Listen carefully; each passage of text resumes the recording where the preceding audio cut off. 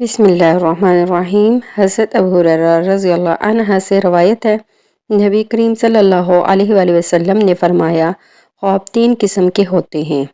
ایک اللہ کی طرف سے خوشخبری، دوسرے دل کے خیالات اور تیسرے شیطان کی طرف سے خوف زدہ کرنے کے لیے برے اور ڈراؤنے خواب۔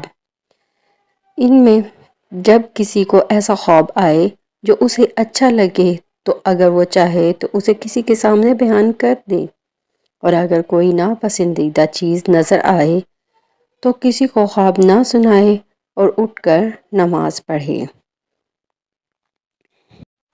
ایک اور حدیث مبارک میں حضرت ابو ہریرہ رضی اللہ عنہ سے روایت ہے کہ رسول اللہ صلی اللہ علیہ وآلہ وسلم نے فرمایا، جب کسی کو ایسا خواب آئے جو اسے برا لگے تو اسے چاہیے کہ کروٹ بدل لے اور بائیں طرف 3 بار تھوک دے اور اللہ تعالیٰ سے اس خواب کی بہتری کا سوال کرے اور اس کے شر سے اللہ کی پناہ مانگے۔ حدیث ابن ماجہ 3910۔